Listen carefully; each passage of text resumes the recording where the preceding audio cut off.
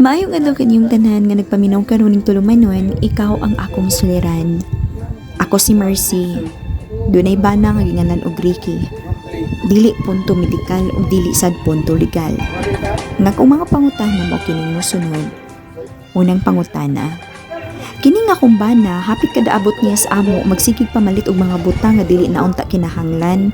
Parehas sa mga nagkalain-lain nga kaha o kaldero, pero ang bugas nga among sabot matagbuan nga imbis iyang katungdanan, dili naman matuman. Ibaligya ba nako mga kaldero nga perti ng daghana o ilisan na lang nako akong bana? Ikaduhang pangutana.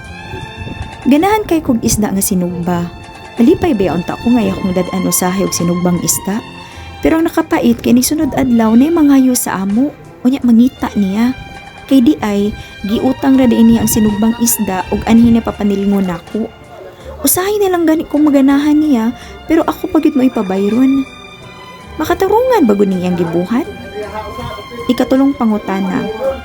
Nami tindahan pero magsige man siyag pangutang og kwartas tindahan, ingon man GCash pero dili gid mailisan. Ang nakapait kay kung imong panilngon mao pay masuko, murag yung membros mga shark loan. Kami na lang ba kay manglayas no kay dili man gyapon siya manglayas kung siya mo ipalayason namo.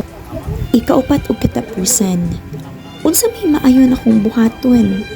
Maayo kaha nga maugtas na lang ko hangtod sa hangtod o mag-ilis na lang gyud kog bana. Palihog, tabangi ug tambagi ko, ikaw ang akong suliran.